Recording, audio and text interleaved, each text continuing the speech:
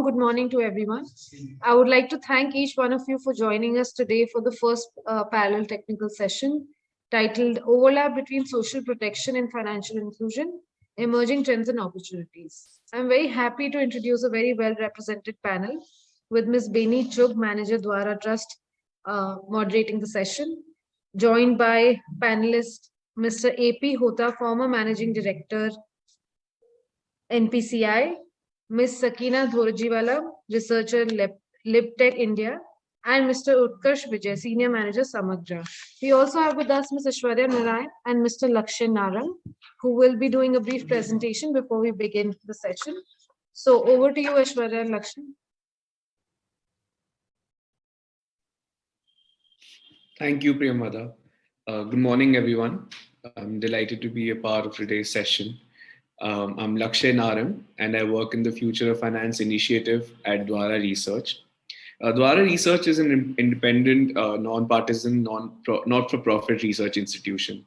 Our mission is to ensure that every low-income household small enterprise has complete access to suitable financial services and social security through a range of channels that enable them to use these services securely and confidently.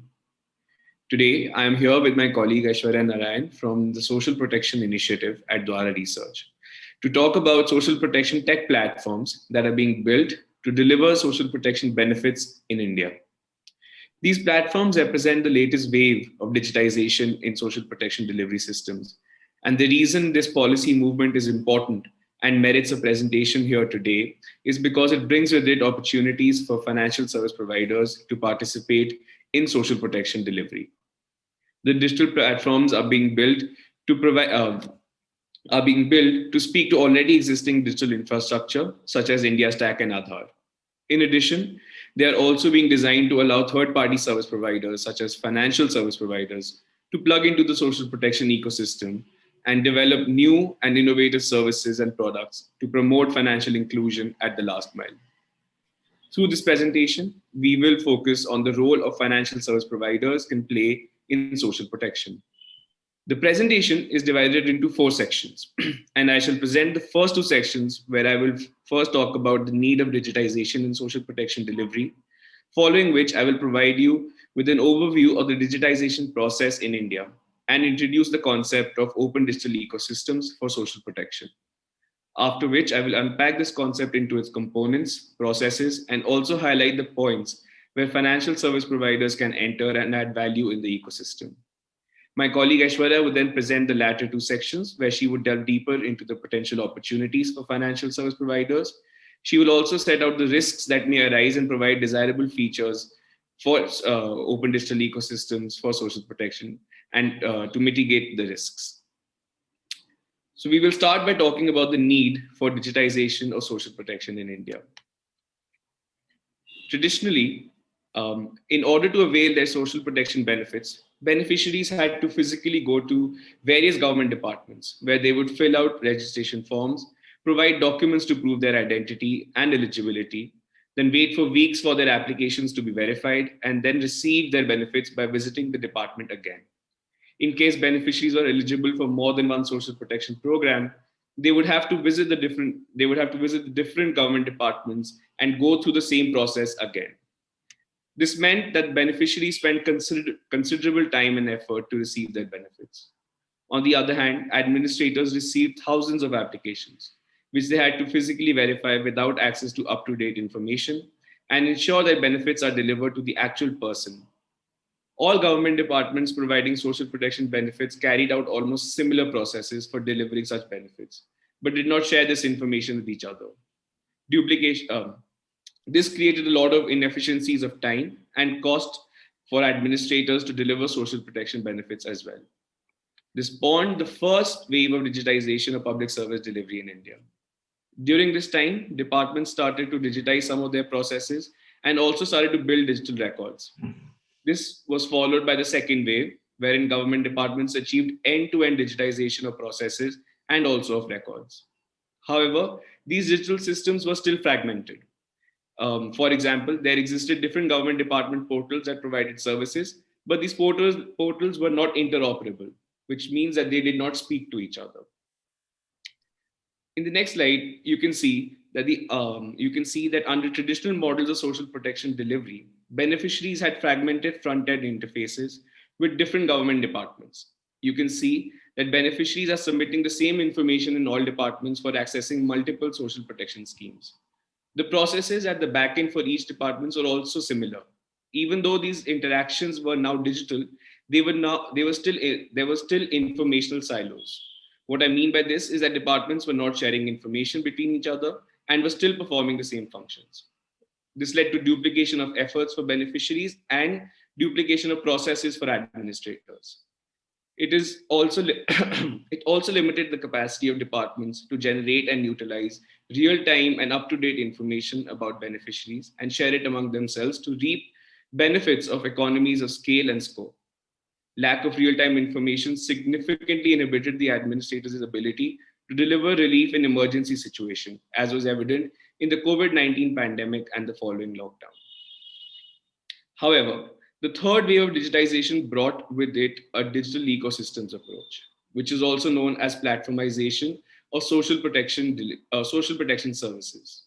In simple words, platformization of social protection services means that citizens will be able to access multiple social protection schemes and programs through a single window, that is, through shared, interoperable, and modular digital platforms.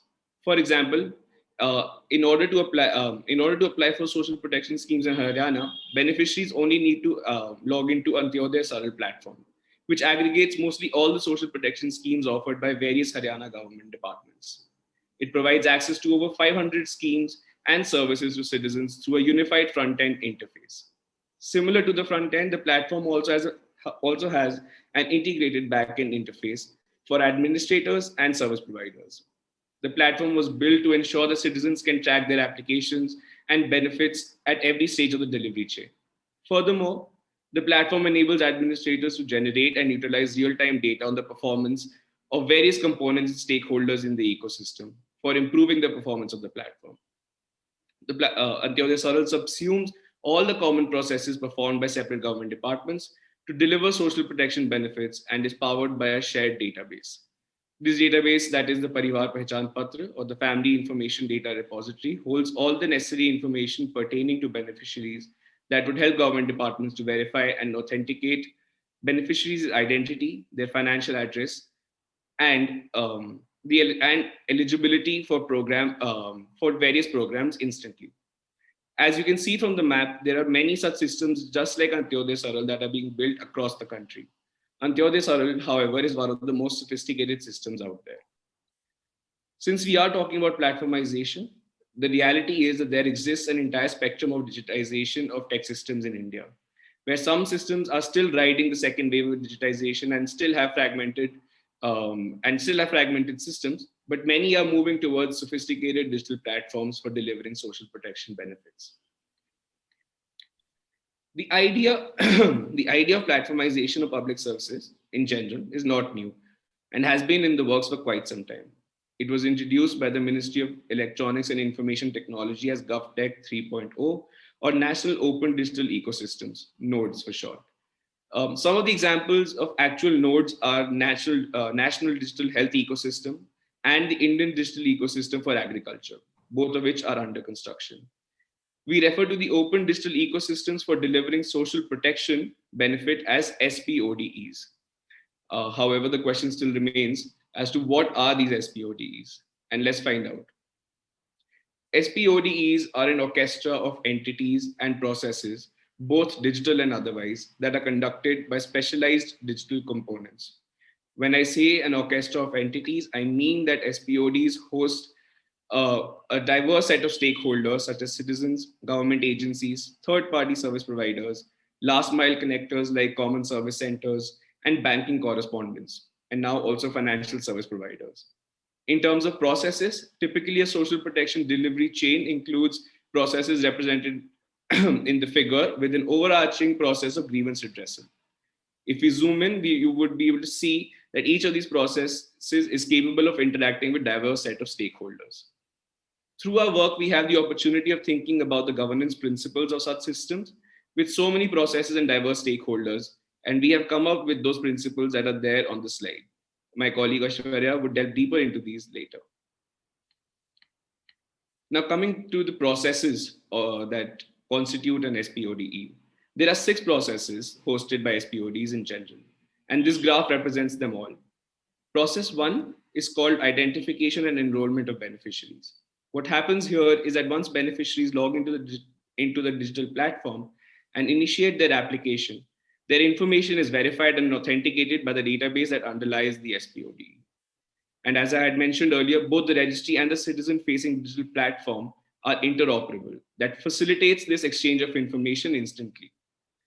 Many states have either built or are in process of building such registries. For example, Haryana has the Parivar Pehchan Patra.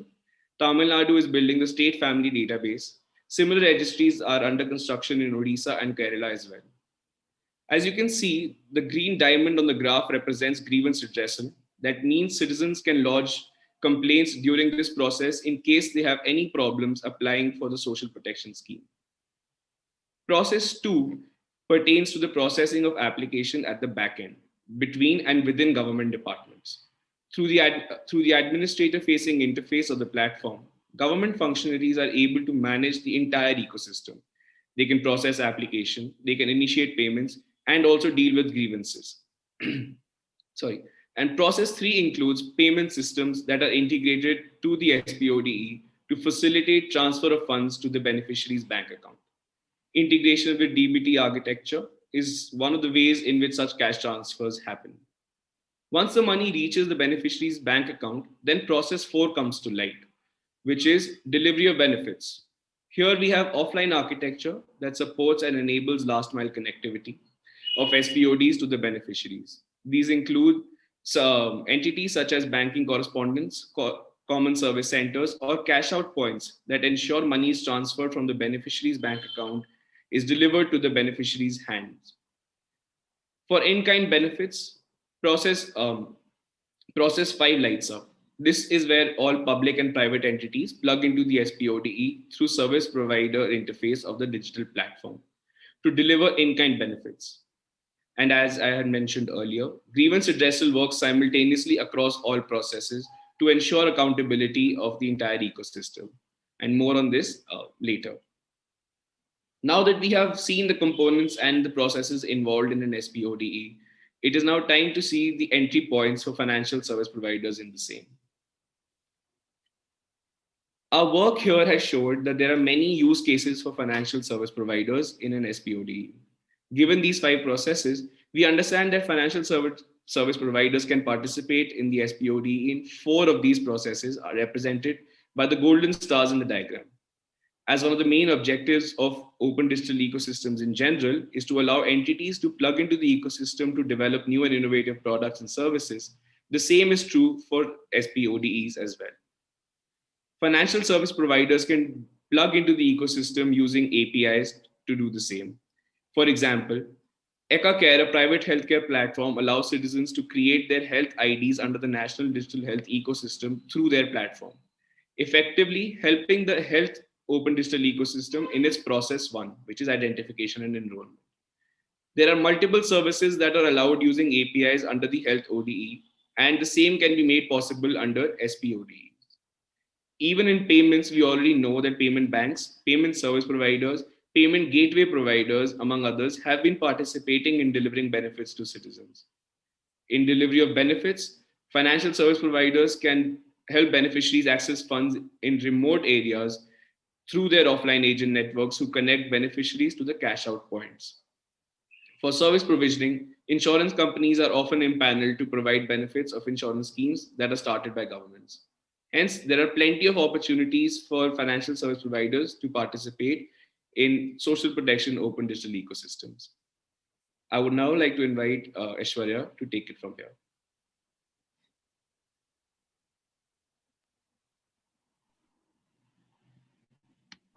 Thank you, Lakshay. So as Lakshay has explained to us, there are clearly a number of ways in which there are entry points for financial service providers to really get involved in an SPODE. So while there are these types of formal opportunities, let's first understand why this is something which is important and worth discussing in the first place.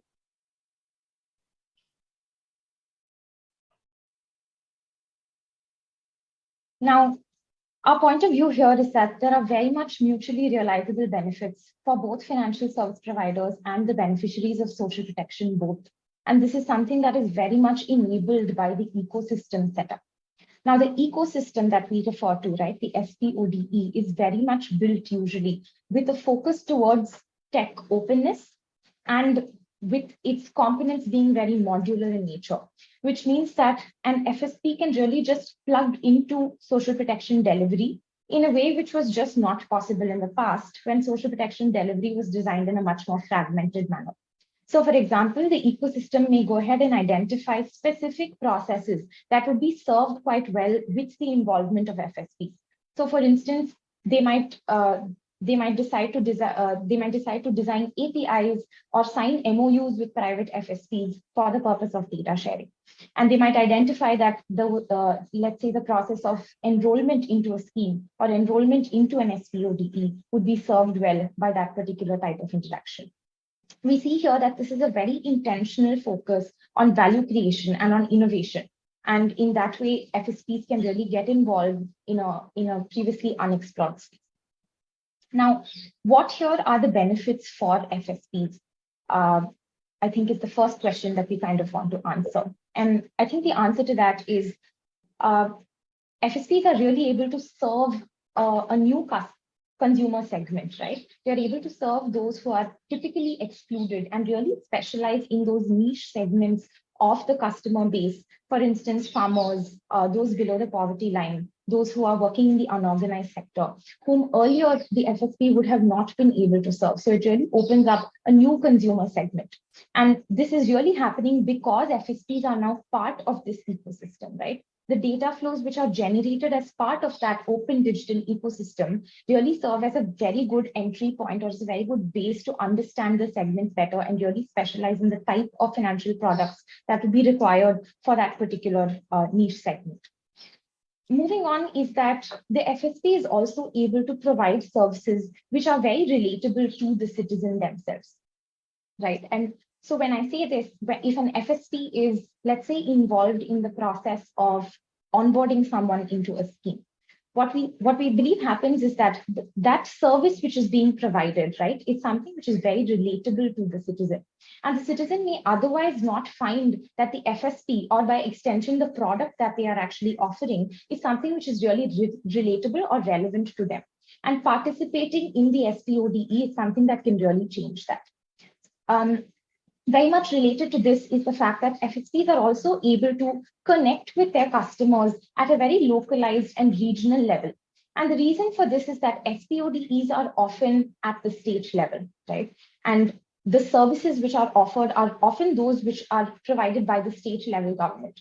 For instance, if I continue with the example of Haryana that Lakshay has been talking about, there is a particular ID document called the Parivar Pehchan Patra, which is an identity document specifically for the citizens of Haryana to avail welfare services from both the state as well as central government.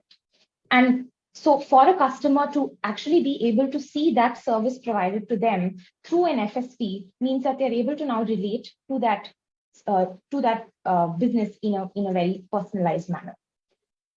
Finally, and perhaps one of the most important benefits for financial service providers is that by plugging into the platform, right, by utilizing the underlying infrastructure that the SPODE provides, we think that there is a great benefit in the form of a reduced operational cost for the financial service provider.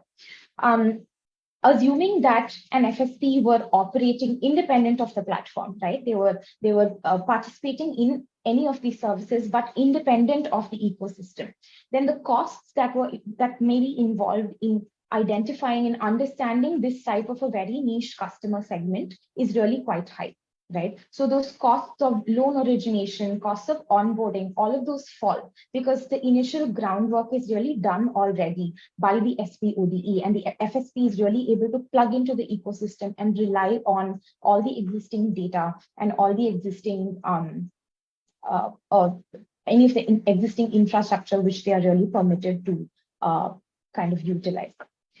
If you look then at the other side of the kind of prism, and you try to understand what are the benefits then for beneficiaries when an FSP really participates in an ODE.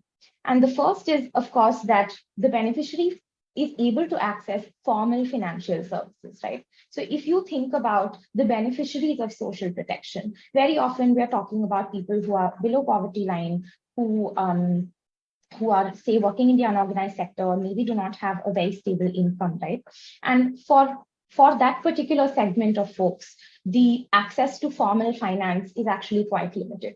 And this kind of a formal participation by FSPs brings about that access to formal finance in a much more structured manner.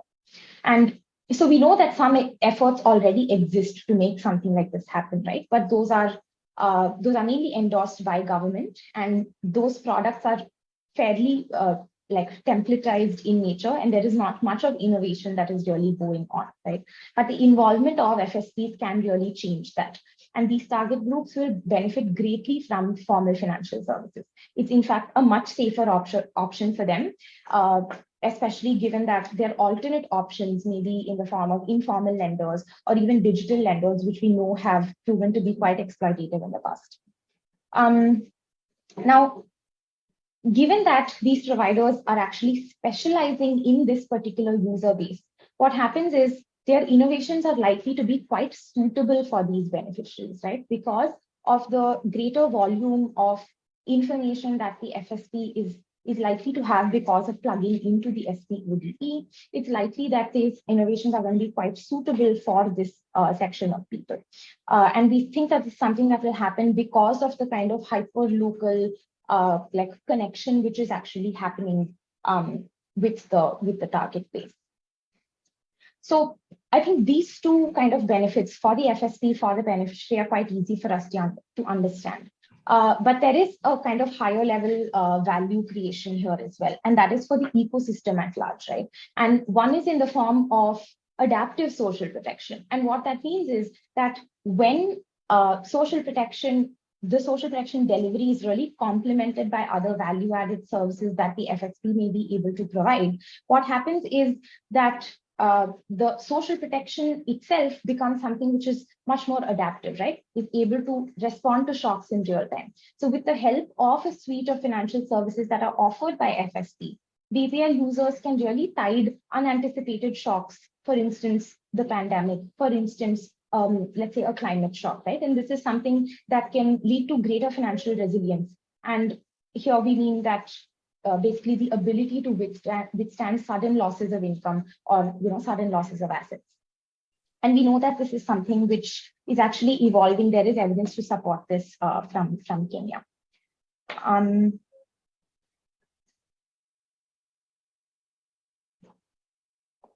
right.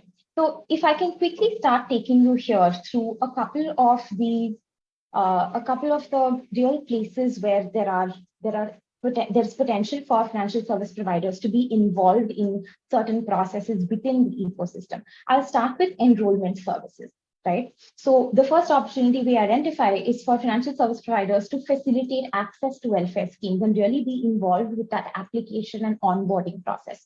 There are probably two modalities in which this might happen. One is in the form of, say, protected APIs that the ecosystem may allow financial service providers to plug into.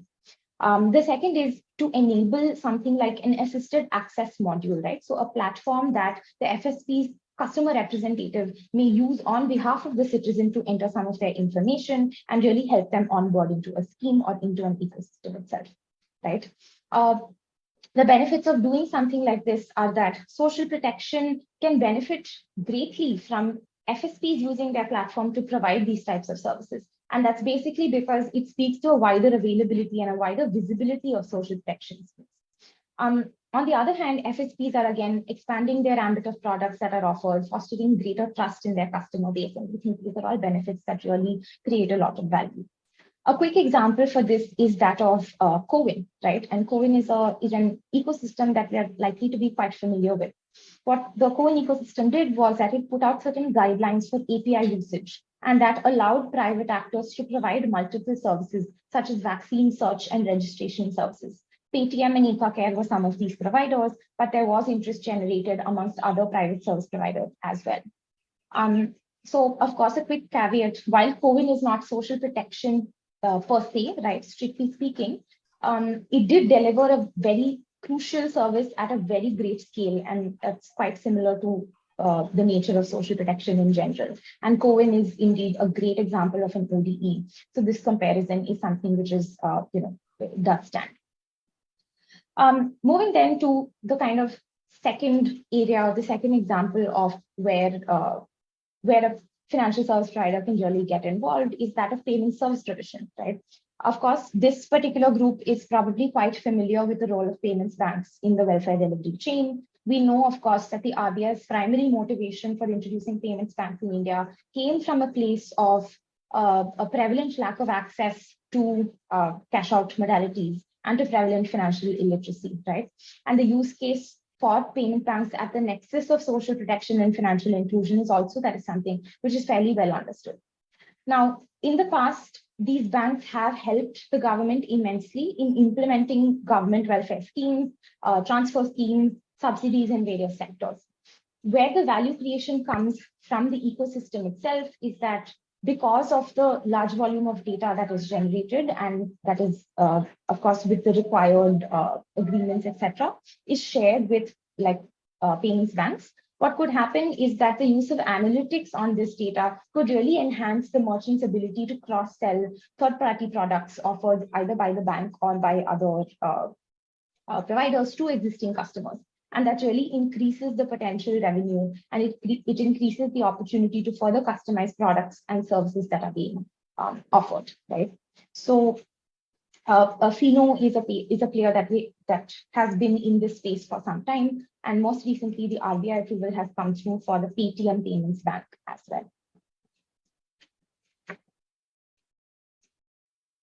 All right, so if I can then move to my final kind of example in this particular context is basically that of value-added service provision.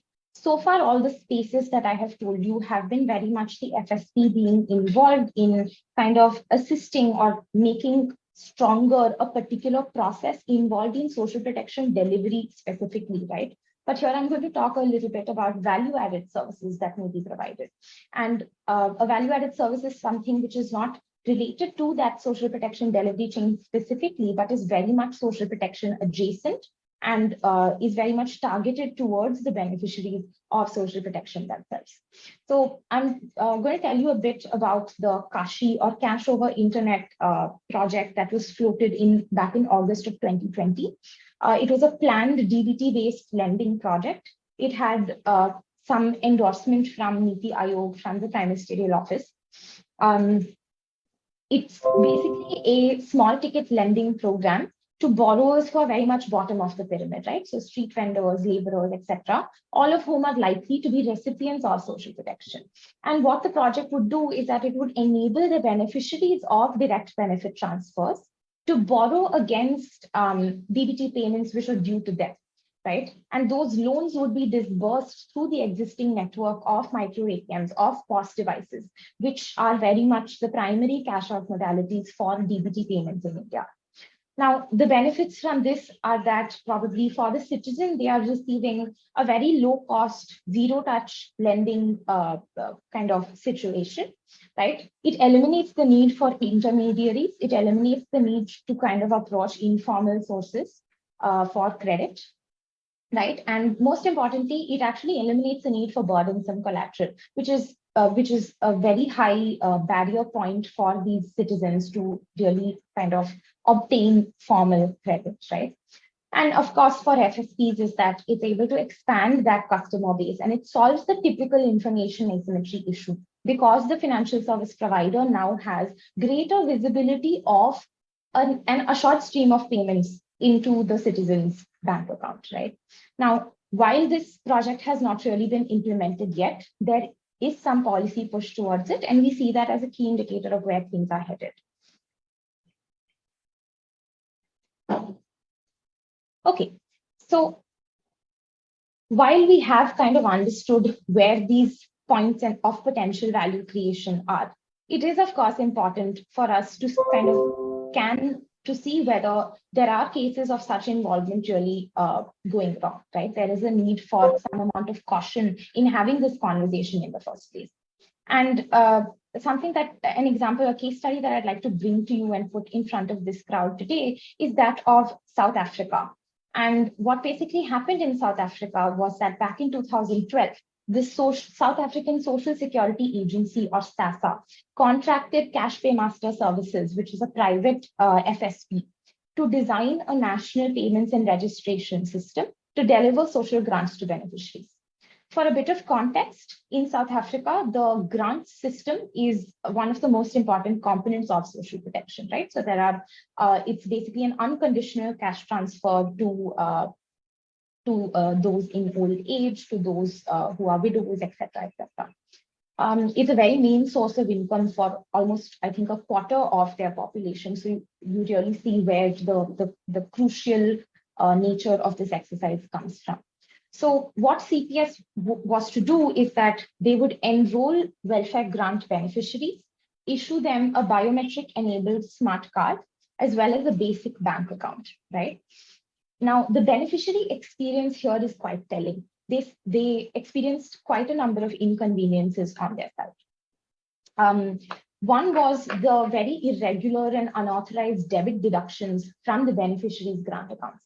And it later came out that these were actually payments towards services like prepaid electricity, telecom services, microinsurance, microloans. Okay, and very often customers would say that, look, I never actually consented to these services at all. And these deductions ended up being traced back to subsidiaries of CPS's parent company, right? And which meant that the parent company was really leveraging CPS's direct access to a very large and promising customer segment, right? But the problem here is that it was all happening in a very unscrupulous manner.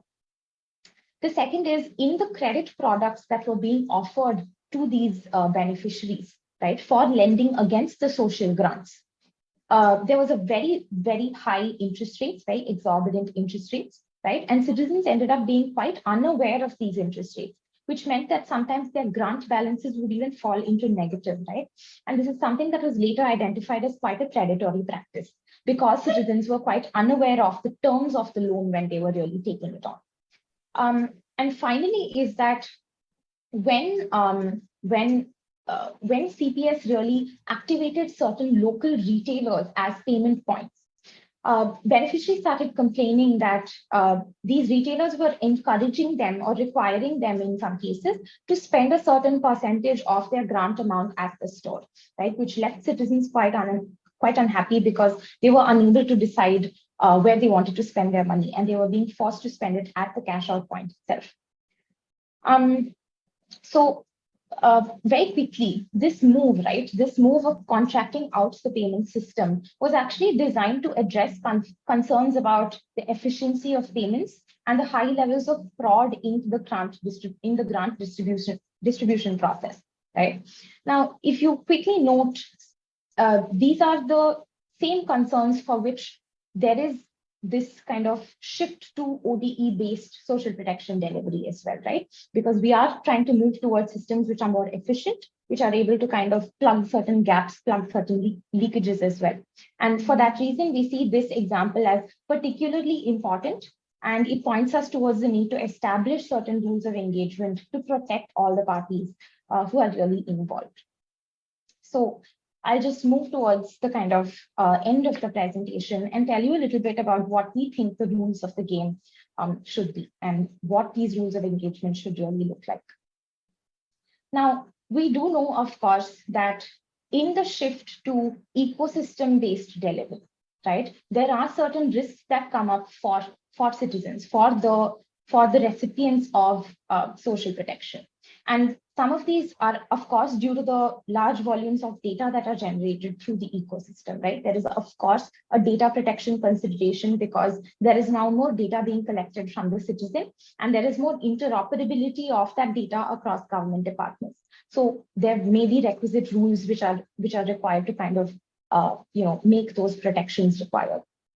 Second is, in a lot of these ecosystems, there is a prevalence of a kind of algorithmic aspect because the eligibility determination of citizens is very often left up to an algorithm. And what we feel is that here there is some lack of accountability that comes up because of this kind of use of an algorithm, right? It's hard to pin down something which is not very well understood and not, it precludes the ability to talk about it quite easily. Next is that, of course, because it is an open digital ecosystem, the citizen is required now to interface with digital modes in, to a greater extent than was ever required in the past. Which means even though there are assisted access like modules, right, there may still be ways for the citizen to access in an offline mode. There is still a greater reliance on digitization at the back end as well, which means that the potential for exclusion because of that digitization is also something that we need to kind of account for. And finally is, like I just spoke about, the kind of focus on efficiency and the focus on saving costs is something that we need to remember should not come at a cost for citizens themselves, right? And having identified those couple of risks, what our team has done has actually come up with a list of desirable features for SPODEs. So based on the risks that we've identified, we think an SPODE is something that should be inclusive, right? It should try to eliminate the occurrence of exclusion across the delivery chain of social protection. And even if that exclusion should occur, there should be a re-entry loop for people who are excluded, right? The ecosystem should be quite responsible with the data of citizens. It should preserve the autonomy and trust in the use of citizen data. It should be efficient to the extent that efficiency is defined for the citizen primarily, right? So minimizing the search costs of the citizen, eliminating process inefficiencies that harm the citizen in terms of poor benefit delivery. And finally, talking of accountability, we think an accountable SPODE should really be referring to, on one hand, the taxpayer who kind of pays for the ecosystem, pays for that delivery system, and on the other hand, to beneficiaries who are the primary stakeholders of that ecosystem. Now, these are the rules of the game, right? These are the kind of conduct considerations for the ecosystem design itself, right? But this is something that is quite bound to change when the financial service provider now enters the picture, right? And so that is something that we hope this panel will really take up as an opportunity to discuss today. We've told you a little bit about what the opportunities are for financial service providers, right? We've talked a little bit about risks that are induced in the shift to ecosystem delivery, but what are the risks that may be induced by financial service providers specifically, right? We have seen a case study, but I think that we're quite happy to open that up to the panel as well. And finally is, what are the rules of engagement for financial service providers to formally engage with social protection open digital ecosystem. With that, I'll hand it back over to Beanie, and looking forward to the panel discussion.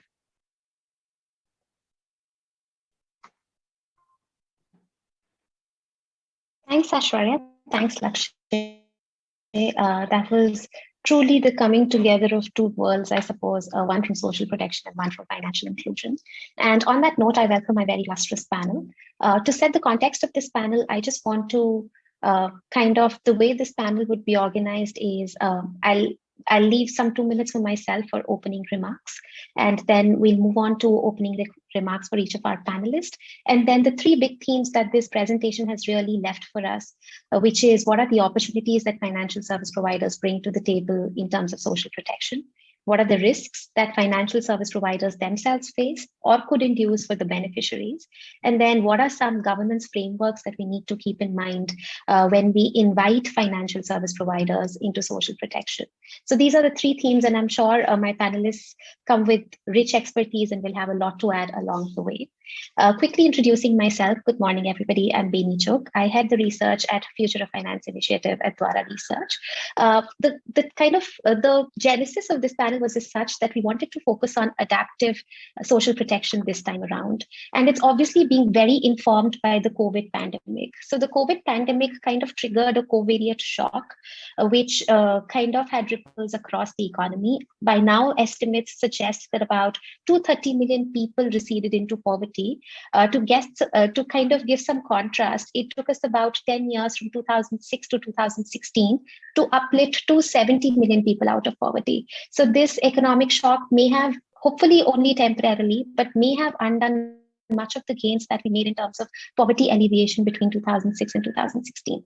On the employment side, it is perhaps one of the most largest employment shocks in recent history. Early estimates suggest that about 100 million jobs were lost in the first lockdown of April-May 2020.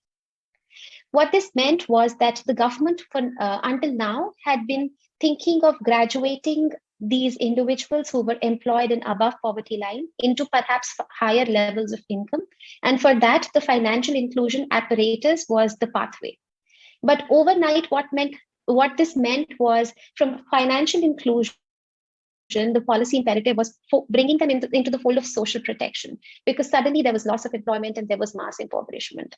So what we really wanted to have was a system of financial inclusion and social protection that works in tandem with each other. So while the social protection could provide assistance in kind, for instance, ration, LPG, cooking fuel, all of that, as well as assistance in cash, the cash transfers that we all know of, we also know that there was some financial engineering that was needed in terms of financial solutions to actually prevent some of these shocks, for instance, unemployment insurance. So this is where the idea of adaptive social protection comes from, which is to say that the social protection measures work in tandem with financial inclusion measures to create a system that is able to respond to shocks in real time. And that's how this whole idea about what opportunities can FSPs bring, what are the incentives that we need to put in place to invite them over, came about. And this is what I'm going to surface with my panelists today. Without much ado, I'm happy to kick off this panel. To just remind ourselves, we are in the company of some illustrious experts. I have with me Mr. A.P. Hota. He's been a career central banker. And then from bringing his expertise of payment systems at the RBI, he kind of devoted another decade to the NPCI. We all kind of remember him as the former MD, CEO, NPCI. I also have Sakina Durajiwala with me, who's currently at the Duke University, but is more famously known for her work at the Liptech Foundation. She's one of the co-founders there, and the work that organization does is it really scrutinizes social protection schemes such as MNREGS and others for transparency, accountability. Sakina was also instrumental in creating the Stranded Workers Action Network, which we know was crucial in routing welfare and support to migrant workers during the pandemic. I also have with me Utkarsh Vijay, who is actually, who brings a lot of interesting expertise to the table because he is at the helm of affairs. What I mean by that is he is actually designing some of these social protection open digital ecosystems that we've talked about, figuring out ways, architecting entry points of financial service providers into the system. And therefore, we hope that we'll be able to get a good look under the hood with him. With those introductions, can I quickly invite Mr. Hota to kind of just give some opening comments, maybe some reactions to Aishwarya and Lakshya's presentation. Thank you very much, Benny. Thanks for associating me in this workshop.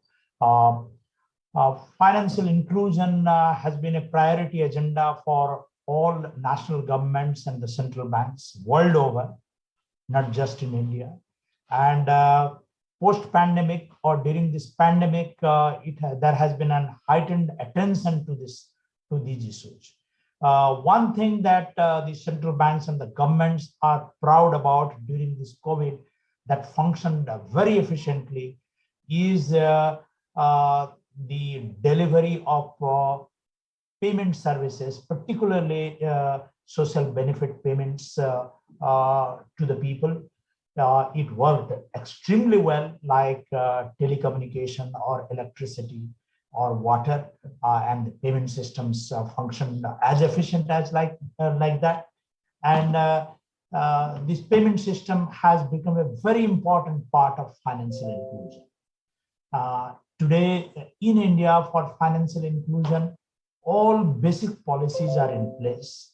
Riding on the success of PMJDY now, this national strategy for financial inclusion is well known to everybody with a lot of action points, and the actions run right up to 2024.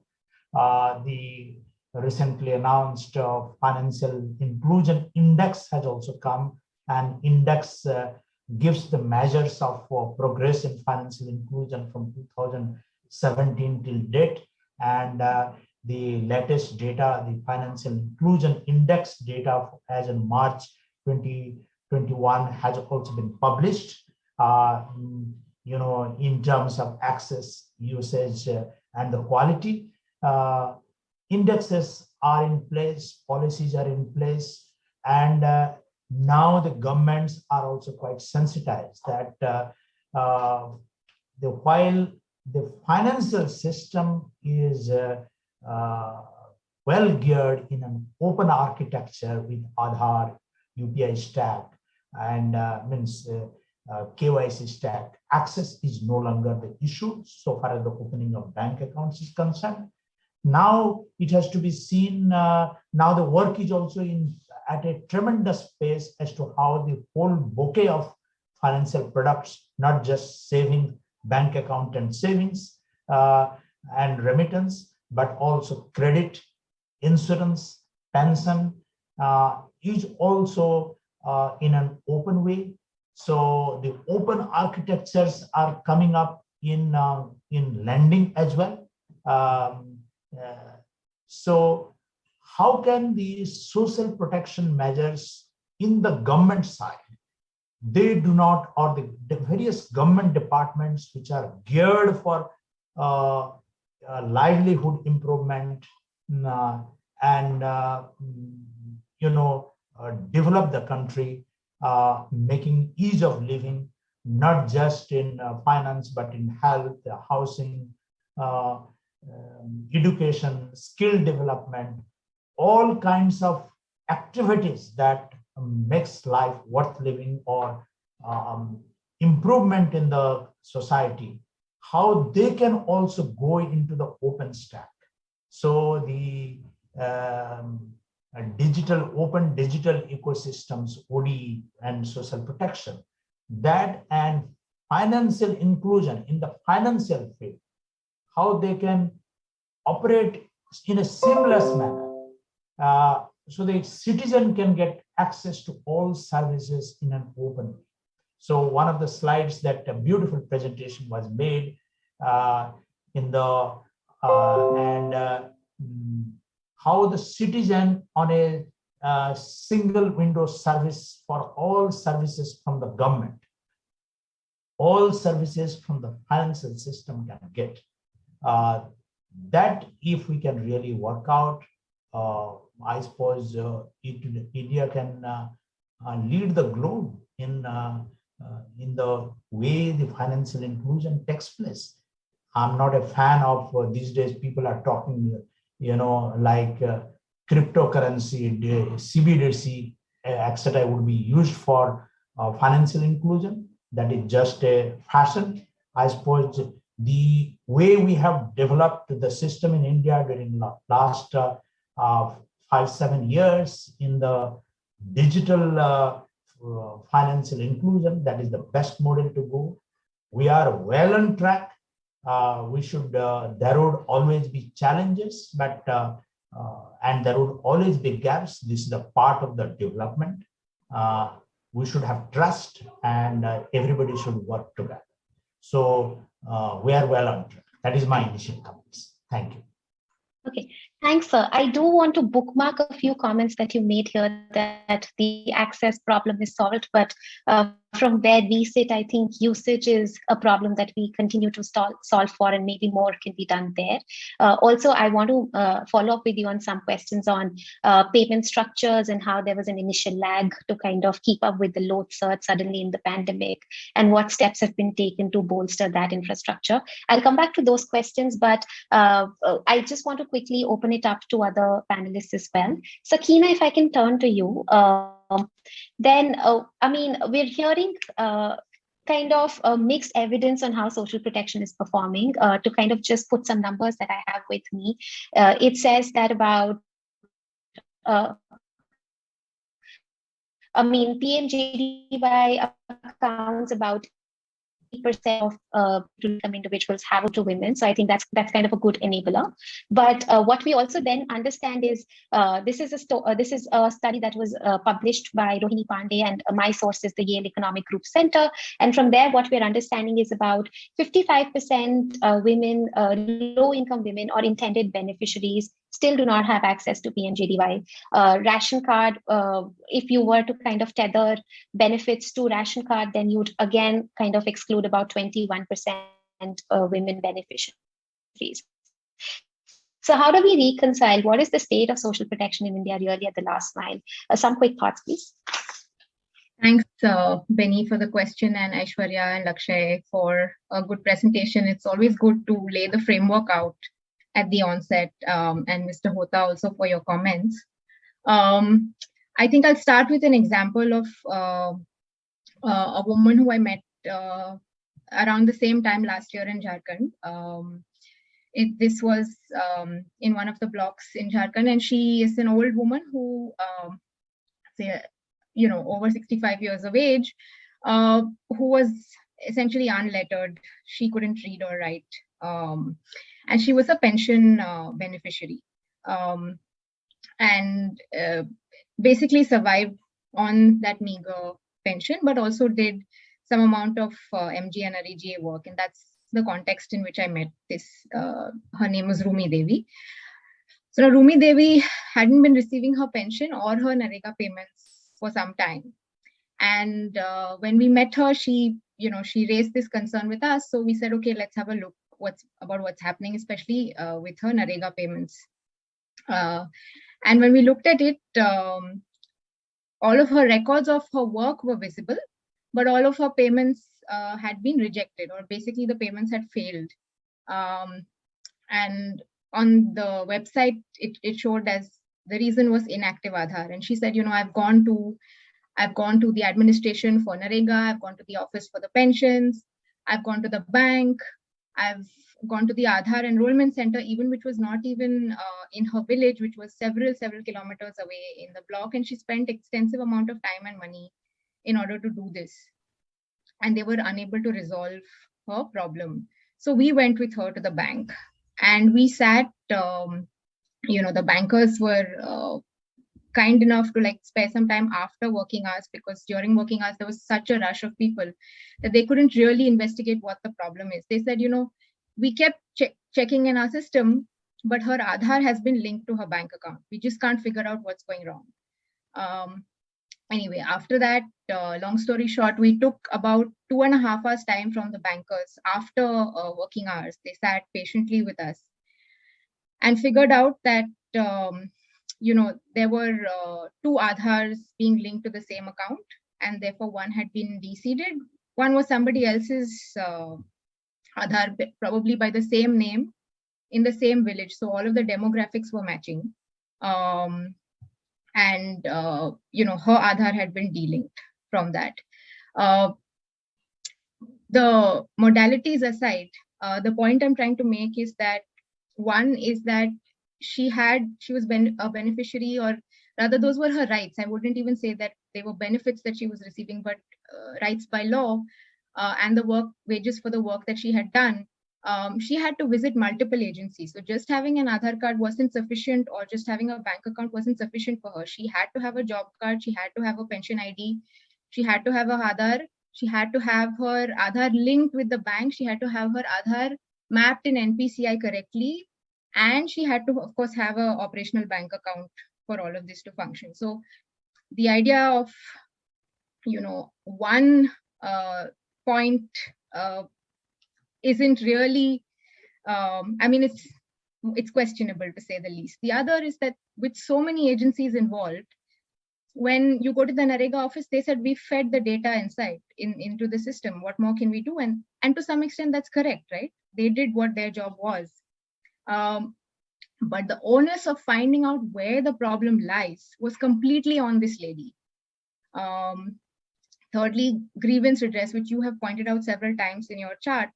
There are grievance redress systems for such things, but we all know that there are serious loopholes in these systems because they're not designed, with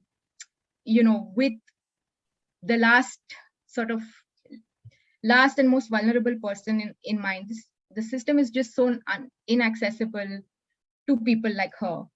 And of course, we know that there have been several violations of consent norms in linking Aadhaar, seeding it with NPCI, etc. There were corrective measures, but again, and one of the things that Aishwarya also said towards the end is that a lot of these things are governed by algorithms. And the question to ask is who's making these algorithms and for whom? It's very crucial because a lot of this is so far away from the context of people like Rumi that resolving something like this is practically impossible.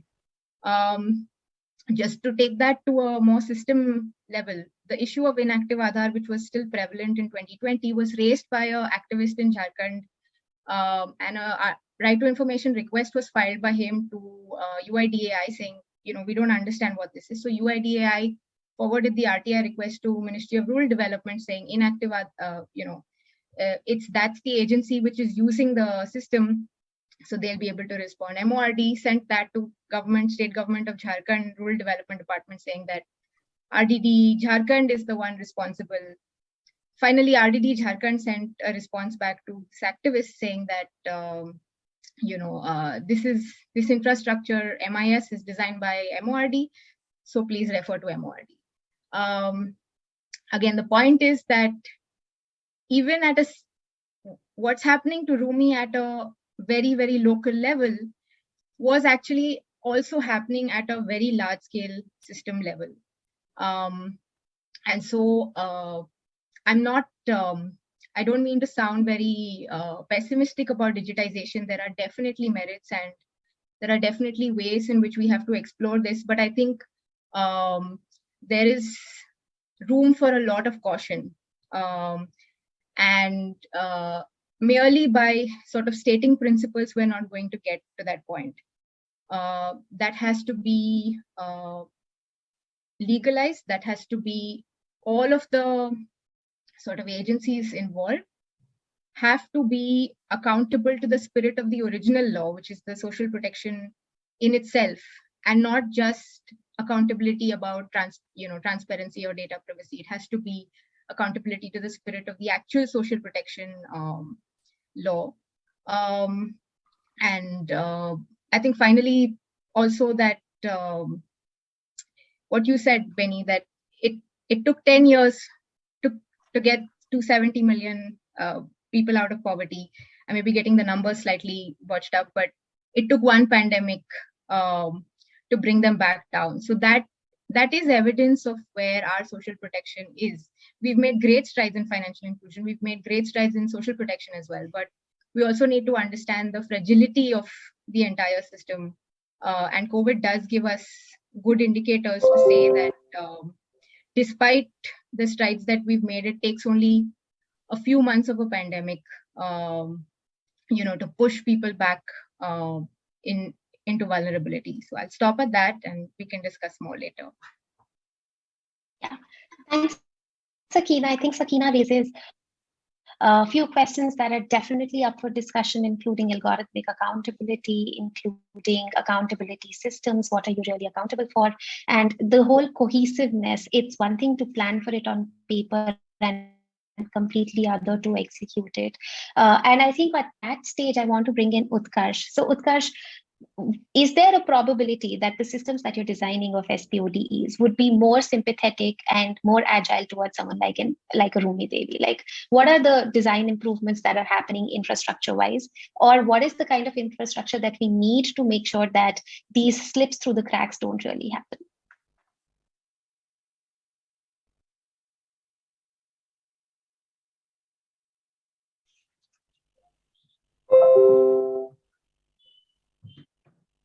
Yeah. Hi, thanks for inviting to this summit. It's a pleasure being here, and a great presentation by Lakshya and Aishwarya. So on the system design, I think the system design, as we are seeing, are evolving in nature. Earlier, it was all about digitization, raw data being collected on registers and then being digitized on the systems. Now, where we are moving is towards a more connected system. A beneficiary doing a transaction anywhere within the government should be utilized to understand what the citizen or the beneficiary's profile is. For example, while we were designing Kalia, a clear choice was there were two choices, two options. One was going on the ground, verifying each and every beneficiary, and then providing the social protection or the direct income transfers to them. The second option was utilizing the already existing data that the government has in 20 different data sets. These are huge data sets that the government already had. And year on year, the beneficiaries are providing their information, their land details, their Aadhaar details, their bank account details. So the government opted for the second option, where you just apply once. The verification will happen basis the data that you have been applying year on year. And a triangulation mechanism was designed on the back end using the algorithms to identify which is the best source of data among the data sets that are available, and utilizing that data set, that data for the beneficiaries. Now, on the top of that, as Ms. Dhaurajiwala rightly pointed out, one key component for servicing these people, and especially people who are at the bottom of the pyramid, is strong knowledge management, capacity building, and a grievance redressal mechanism, so that you're reaching out to them, you're telling them what it is all about. The second is the knowledge that is available with the government. Often we have seen that there is a breakage within the system. The actors within the system don't understand how the scheme is to be disseminated, what are the modalities of the scheme. So that strong knowledge management system, just like the version that we have in our corporate sector, where the entire machinery knows what a particular policy is. So a strong knowledge mechanism within the government needs to be established. And the third is a very strong grievance redressal. In Kalia, I remember, despite of having 55 lakh beneficiaries in overall, we received 10 lakh grievances in a span of 6 to 8 months.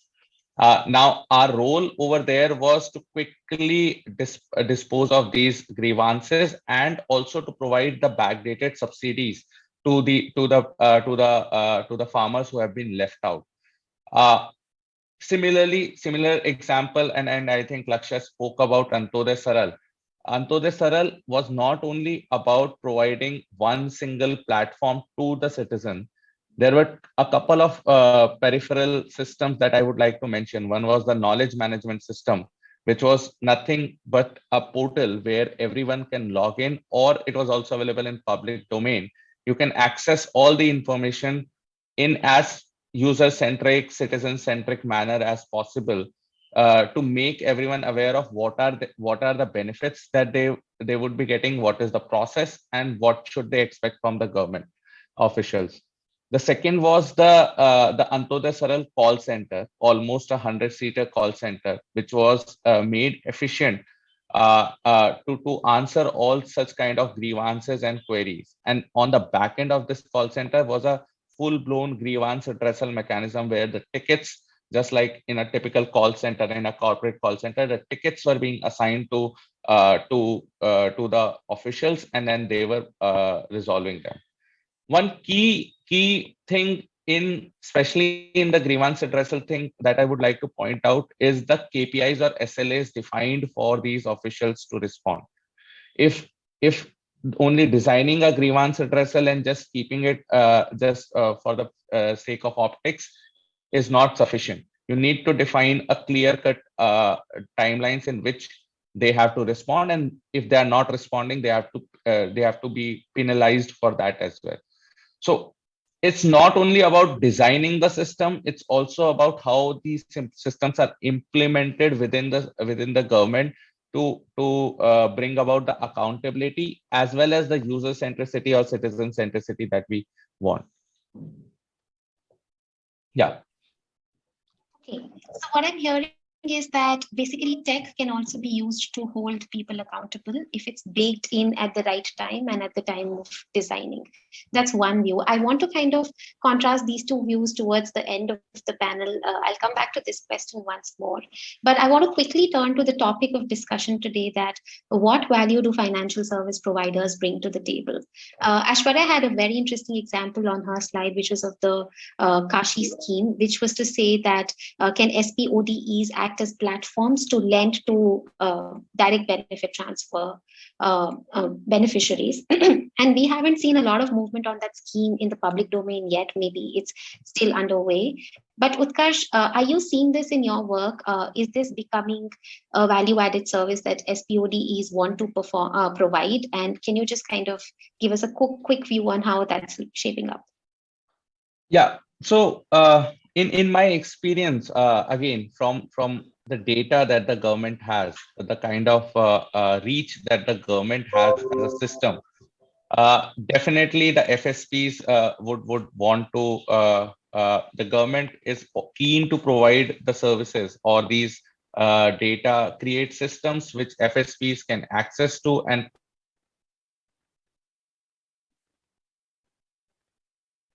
provide the value-added services to town. One example that I have is from Odisha itself. So there's something called Krushak Odisha database that is being created. It is a database of the farmers which has details about their lands, mobile numbers, identity, their cropping patterns, their livelihood, etc. So it has all the historical data as well as their identity data. Now, for commercial banks, private banks, it is very difficult to identify or ascertain the livelihood prospects of a certain farmer. However, by looking at these data points, it becomes apparent that this farmer has been doing cotton plantation, let's say, for a long time and has been earning profits over there.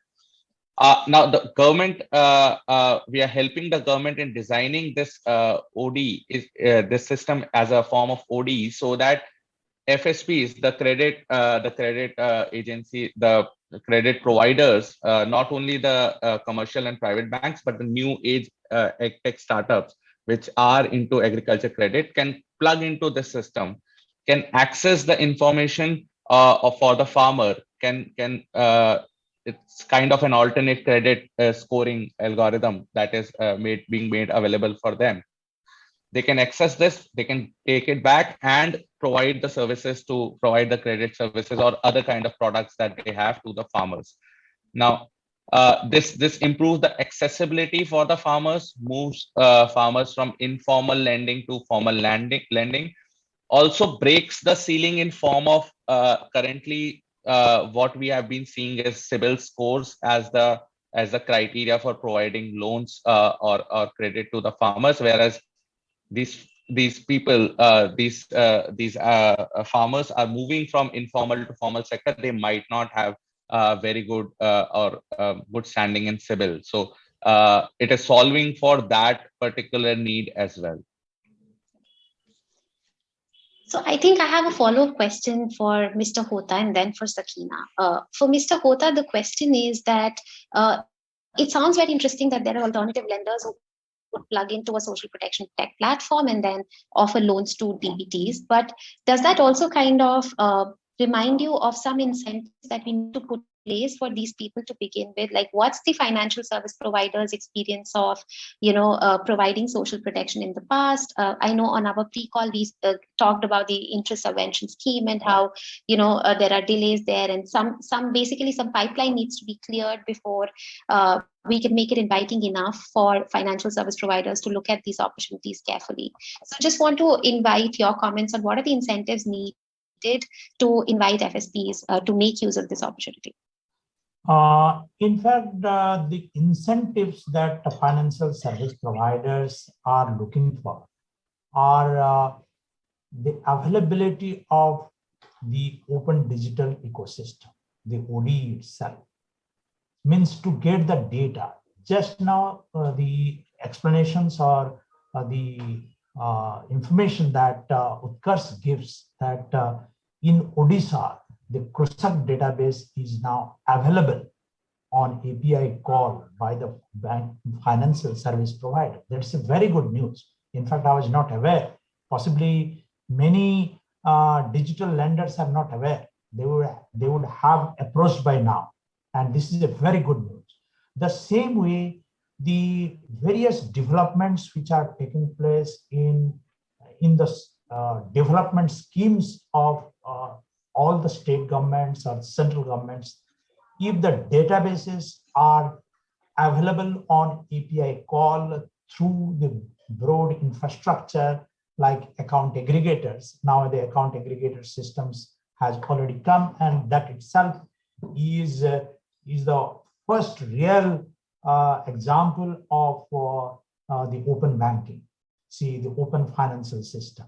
So this develop the databases of all the development databases of all the state governments, if they are accessible, available, and if the state governments themselves become the information provider as per the account aggregator system, the financial services industry, their ability to deliver credit would improve dramatically.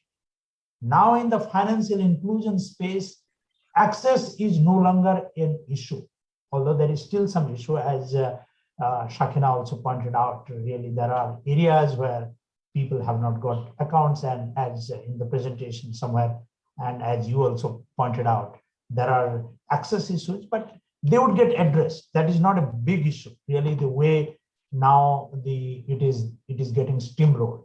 The women, people with disability, people in the hinterland, people where access is an issue, access is get addressed. Next to access and savings, bank accounts and other things, the credit is the issue. For providing credit, and that to suitable credit, this kind of infrastructure is a must. And as Shakina has rightly pointed out, the challenges like Aadhaar number and all these things. The RBI has come out with very good framework in the strategy document like financial inclusion triad. Not only just the policies and institutional infrastructure, but infrastructure for grievance redressal. The second leg and third leg is the literacy. This policies, redressal framework and literacy framework, which forms the triad, would really take care of the access issues. Now, the availability of data issues from all the state governments, if they come, it would be a really wonderful combination, and such a great network effect that would come. The credit would take up. Now that 30% loan by digital lenders and things of this sort, that would really be passed. Now the cost is very high, they are charging very high. If you bring the infrastructure in such a way that it would also be very simple. That is how really it can get addressed. That is how I feel, and that is also the thinking, and not that the government is not thinking or regulators are not thinking. Sakina, if I can quickly get you in, I think what we'd want to know is, it's not like financial service providers are not already interfacing with beneficiaries at the last mile. I think the role that they play is more in the line of just delivering social benefit as opposed to value-added services. We had a pre-call, and there we were discussing how some insurance providers are already interfacing. Do you have insights to share on what the beneficiaries' experience is and what the play of land is currently looking like? Thanks, Benny. I think quick thoughts on the discussion also. One is that, that data provisioning from the data that the government has for social protection to private players may not hold water with the Supreme Court privacy judgment. So that's one thing to be, mindful of. The second is that, in even just sharing of APIs, and I'll give you an example.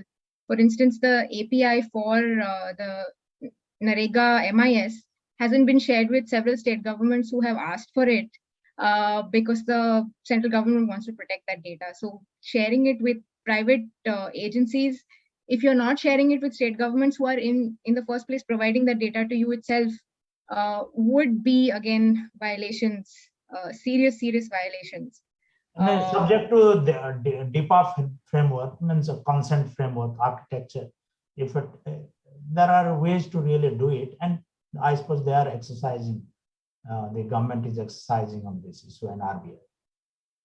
And I think the problem that the sort of sharing of databases solves is the problem of typical insurance problems of moral hazard and adverse selection, right? So you know who to lend to and you know whether they'll be able to pay you back or not. But the question is that people who are getting these DBTs are typically people who would utilize that loan for consumption. And then for them to pay, it probably isn't going to be used for maybe, you know, buying some equipment for a farm or into what you would call an economically productive activity.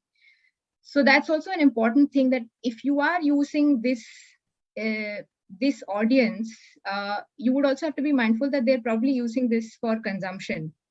So again, them being able to pay back that loan puts them, you know, in a space where that social security in itself didn't make any difference. So I think a good way to think about it would be that target, I would say, people who have benefited from social programs and come out and are able to utilize that kind of a loan for more productive work. If you're looking at people who are at the, you know, bottommost rung, then it's likely that they would use that loan amount for consumption, and there then I would think is a violation of rights of people, because then you are under, you know, whatever pretext you want to give them the loan, and then you withdraw them, you know, do auto debits of DBT, which have happened. I mean, SBI has these BSBD accounts which they have. Professor Ashish Das from IIT Bombay has shown in his studies that they made about 300 crores from, you know, auto debiting from BSBD accounts. For about 1,200 crore people were affected by this, where, you know, they were taking 17.7 rupees for every extra transaction that you were doing, which was over and above the BSBD permissible limits. So again, cautioning and recautioning on the cost of this, not in terms of the cost of you know, efficiency or economic cost of this, but also the human costs of this to people. Just to give a number to it, it's not one or two people who go through it, these 12 crore for the BSPD accounts, but just in Narega payments up to 2020, about 4,800 crore worth of Narega payments were still rejected, and they continued to be rejected. So it's a huge number, and not to be sort of considered a collateral. Yeah, definitely. I think some points that I'd really want to kind of amplify in my closing comments, but I know Mr. Hota has to unfortunately jump off in another 2 minutes. So, sir, I want to kind of put you in the spot one last time, maybe quick reactions to what Sakina said, or some thoughts about how we can govern this better. I mean, if at all FSPs have to come in, should there be thresholds? Should there be people who should definitely not be lent to? Loan should not be the first product. Like, what are your thoughts on how we can make it safer? I suppose the capacity building of these financial inclusion player is very important. The ability to earn money has also been under considerable stress. This aspect needs to be done, and obviously there are this grievance redressal thing, and a lot of things not happening as intended. It is because the collaborative efforts are not there. That is why the government also said, advised all the central government to all the states, you identify one district, digitized all aspects, payments, not just payments, all aspects, and try to experiment how it is working. So that is worth doing, and the governments, state governments, which are progressive, where the collectors, the whole block development officers, the government machinery is deeply involved. If they are really concerned about development, the first thing they would have to really do is whether it is working. Whether it is working means every problem is an opportunity. So it is that dedicated spirit of the government officials, the financial sector, they working together, they can solve the issue. And obviously the technology is always there. And as Utkarsh says that really Odisha government is ready to give the data. Yes, there are challenges, as Shakina said, the data protection issues and all these things, but that can be sorted out. Because if the development is the goal, there would be a framework, consent framework that can be evolved and it can be handled. And there are these problems can easily be handled if everybody come and work together. Financial inclusion is quite a big issue, and it is not really the lot needs to be done, and people are working. I'm quite bullish about that. Everybody would keep working, and everybody is working to the best of their ability. Not that they are not working. Everybody is dedicated. I suppose some coordination is there, and the industry should also, the government should also invest more on the financial such issues to create the infrastructure. The way the government is spending money on other developmental sector, for this sector of ODE infrastructure, that all government departments are integrated, data comes and open digital ecosystem framework is built.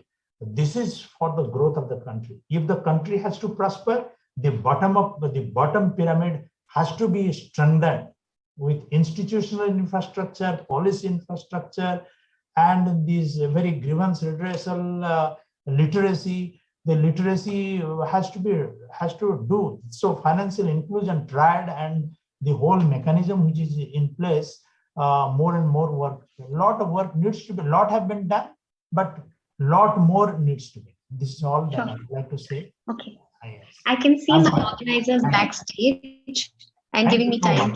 I'll have to Thank you, sir. It was really nice of you to join us, and definitely having the policymaker perspective really helps. Thank you really again. Thank you. Thank you.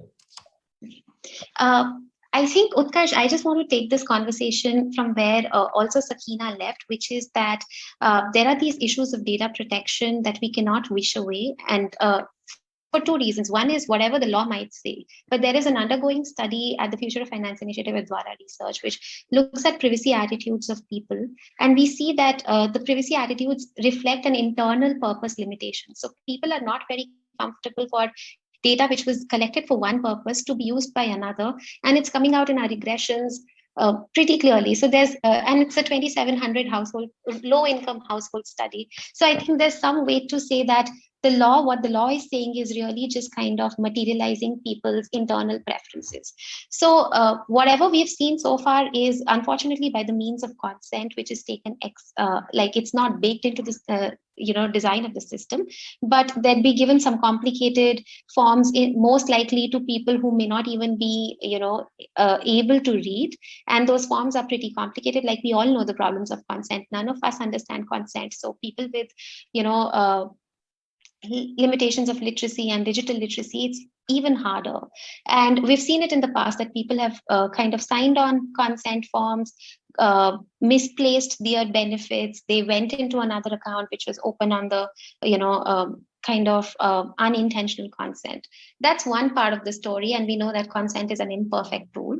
But are there design features within the infrastructure? So how are you thinking of APIs? How are you thinking of access rights?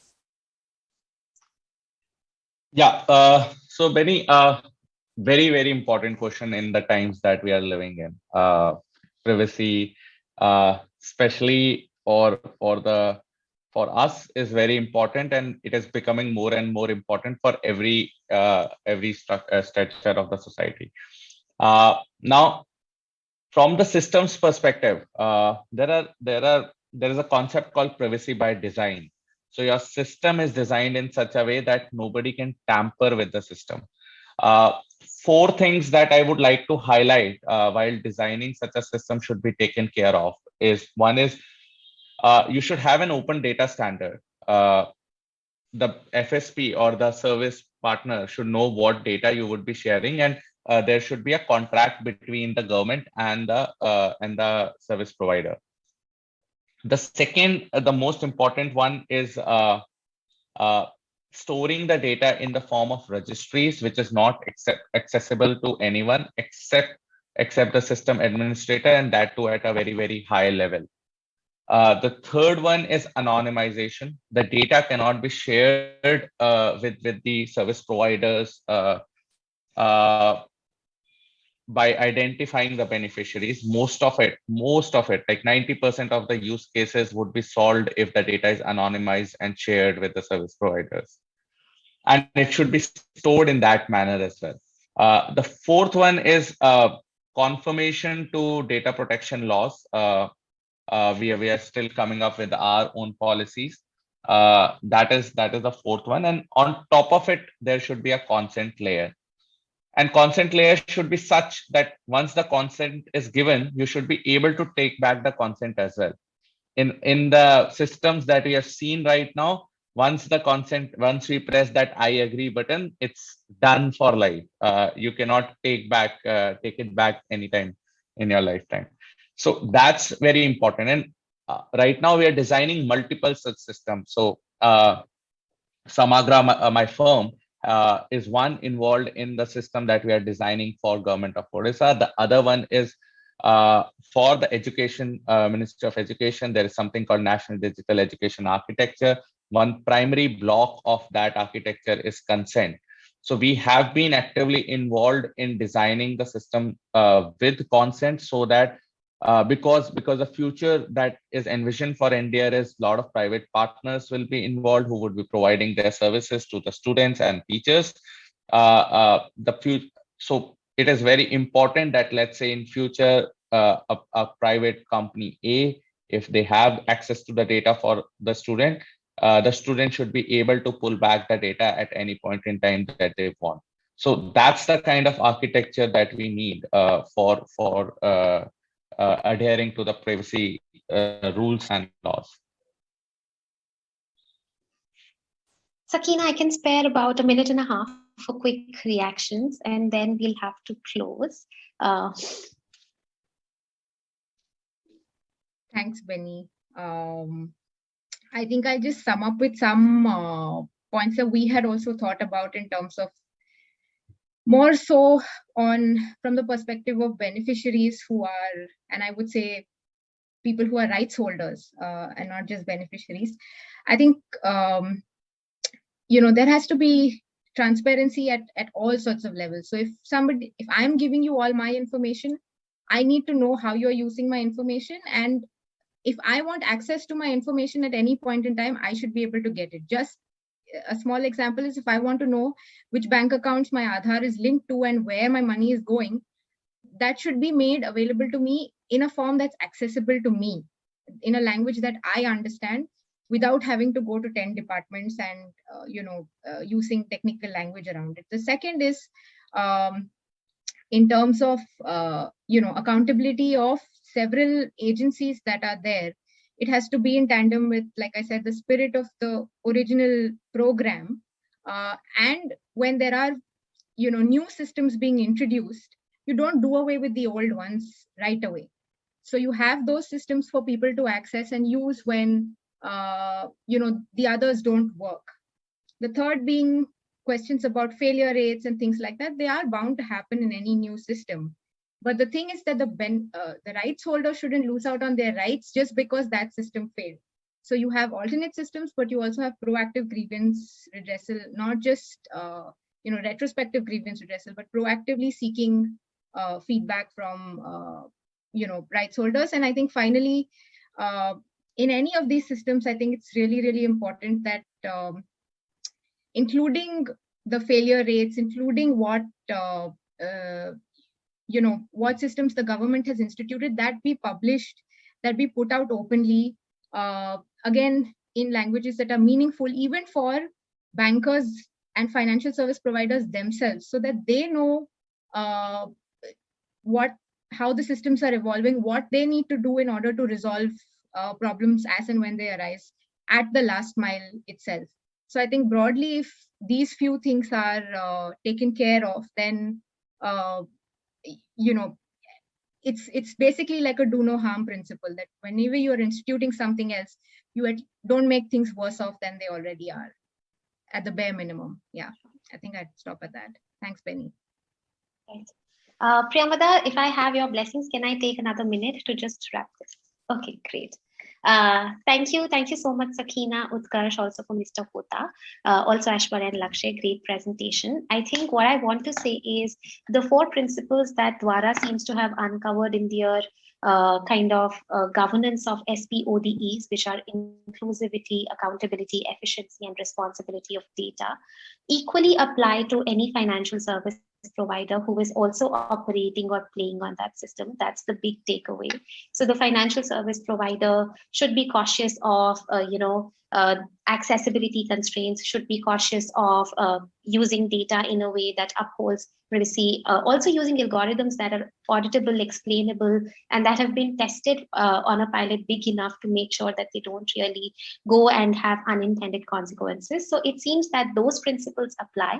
Over and above, what I've heard is one more principle, which is of suitable financial innovation. So it is to say that not all financial innovation that we can do for the last mile is always beneficial. And we have to kind of, we have to resist the temptation of, let's say, just because technology allows us to provide them loans, we should now inundate them with loans. It has to be a very measured step to see what their financial circumstances are and what is the financial product that they will really benefit from in that situation, and then go ahead and provide that product. So I think some nuanced thinking around suitability when it comes to interfacing with beneficiaries, and as Sakina calls them, right holders, would be an added principle that FSPs should be governed by. Thank you, Inclusive Finance India Summit. It's always a pleasure to come here year after year. And thanks for the team. Thank you.